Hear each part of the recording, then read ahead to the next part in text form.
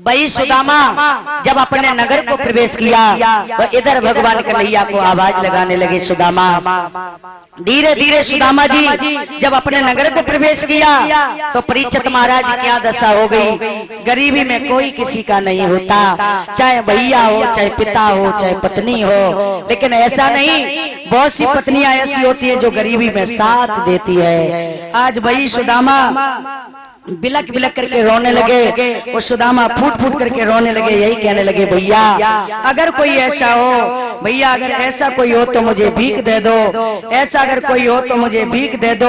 बार बार यही सुदामा जी बता रहे हैं। जब सुदामा जी बार बार यही बात कहने लगे और बात कह करके आज सुदामा की दशा बिगड़ती जा रही है। सुदामा दिन पे दिन और बेचारे उदास होते जा रहे। जब सुदामा और उदास होते जा रहे तो सुदामा धीरे धीरे आगे बढ़ते जा रहे और आगे बढ़कर आज सुदामा के घर में एक नहीं 10 दिन हो गए, एक रोटी का टुकड़ा नहीं मिला, एक रोटी का टुकड़ा नहीं मिला।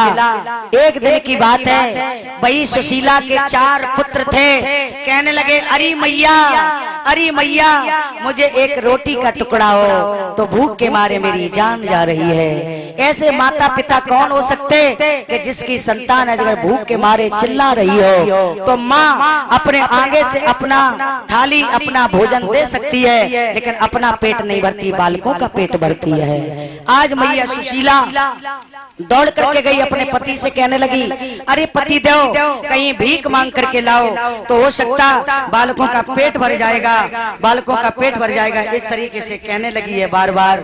जब बार बार मैया कहने लगी और जाकर के आज माँ उसके पास में गई और बालक आवाज लगाने लगे। मैया आज गलियों गलियों में आवाज लगाती हुई पहुंची और कहा,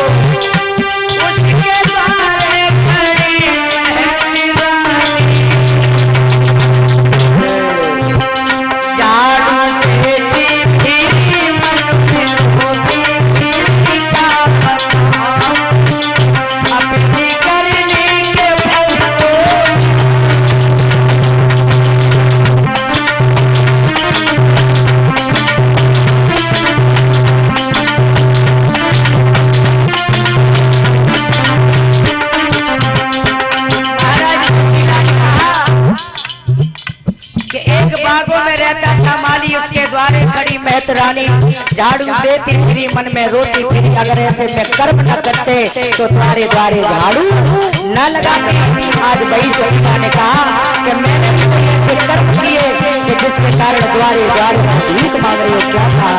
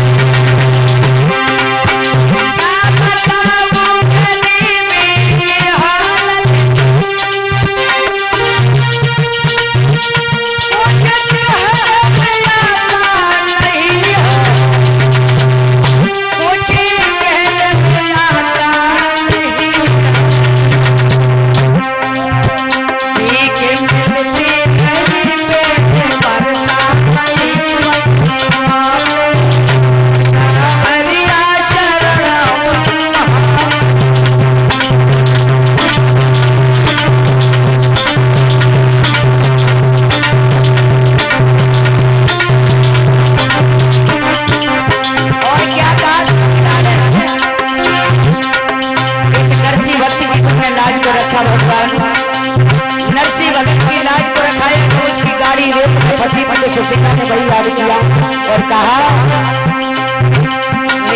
गाड़ी हरी मोखे विपता पड़ी बंसी वाले गाड़ी हरी मोखे विपता पड़ी बंसी वाले सावरिया शरण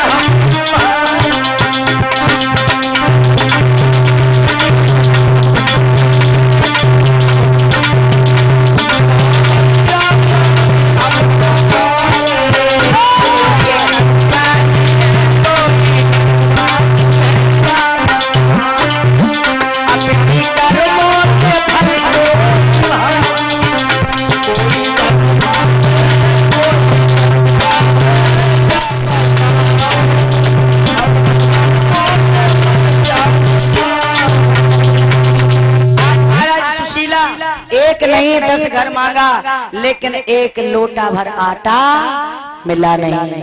अगर कहीं आटा मिल गया तो बेचारे 6 प्राणी हैं, एक लोटे आटा से क्या होता है। दूसरे दिन फिर भीख मांगने के लिए निकले तो कहीं एक लोटा मठा मिल गया।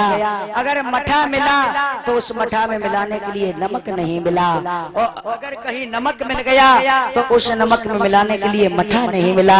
ये आगे बढ़ती जा रही है दिन पे दिन गरीबी। आज सुदामा बिलक बिलक करके रोने लगे, अरे श्याम सुंदर, अगर मैं पत्नी भूखे रहूं तो कोई बात नहीं, लेकिन जब मेरे छोटे छोटे बालक मुझे आवाज लगाते, पिताजी पिताजी मुझे भूख लग रही है, मुझे भूख लग रही है, तो छोटो बालकों की मुझे दशा देखी नहीं जा रही। आज गरीबी में सुदामा की क्या दशा होती जा रही। एक दिन की बात है, परीक्षित महाराज गरीबी में कहावत कही जाते, कंगाली में आटा गीला होना, ठोकर में ठोकर और लगती है। तो एक दिन की बात है कि वही बालक कहीं पाठशाला में अपनी शिक्षा ग्रहण कर रहे थे।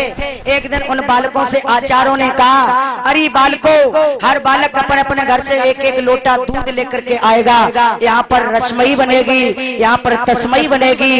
इस प्रकार से कहने लगे। बालकों ने कहा, अरे आचार्य, मेरे घर में तो 10-10 दिन के लंघन पड़ते हैं, एक रोटी का टुकड़ा नहीं मिल पाता, बताओ भला मेरे घर में एक लोटा दूध कहाँ से आएगा। हमसे बड़ा और कोई गरीब नहीं हो सकता। आज बालकों के आंखों में आंसू आ गए। आज वही बालक दौड़ करके अपने मैया के पास में गए, मैया से कहने लगे, मैया, मेरे आचार्यों ने हमको धमकी लगाई कि अगर जो बालक अपने घर से एक लोटा दूध लेकर के नहीं आएगा, उन बालकों को घर से निकाल दिया जाएगा, उसे पाठशाला से दूर कर दिया जाएगा। सुशीला ने रो करके कहा, बेटा कोई बात नहीं, तेरे घर में गरीबी है, तुम अपने श्याम चाचा से कह दो। अरे श्याम चाचा, अरे श्याम चाचा, मेरे आचार्यों ने हमसे दूध मंगाया, मेरे आचार्यों ने हमसे दूध मंगाया। आज सुदामा बेचारे फूट फूट करके रोने लगे। सुशीला के भी आंखों में आंसू आ गए। कहने लगी सुशीला, पुत्र, इस दुनिया में न तो कोई माता है, न पिता है, न हिती है, न व्यवहारी है, न तो पड़ोसी हो सकता। अगर तुम श्याम चाचा से जाकर के कह दोगे तो तुम्हारे श्याम चाचा आकर के जरूर व्यवस्था करेंगे। अपने श्याम चाचा से कह दो। तो उन बालकों ने जैसे भगवान कन्हैया को आवाज लगाई, अरे श्याम चाचा, अरे श्याम चाचा, मेरे आचार्य हमसे दूध मंगा रहे। भगवान कन्हैया ने गहरी नींद में सो रहे। भगवान श्याम सुंदर ने जैसे ही सुदामा के चारों बालकों की आवाज को सुना तो मेरे श्याम सुंदर फूट फूट कर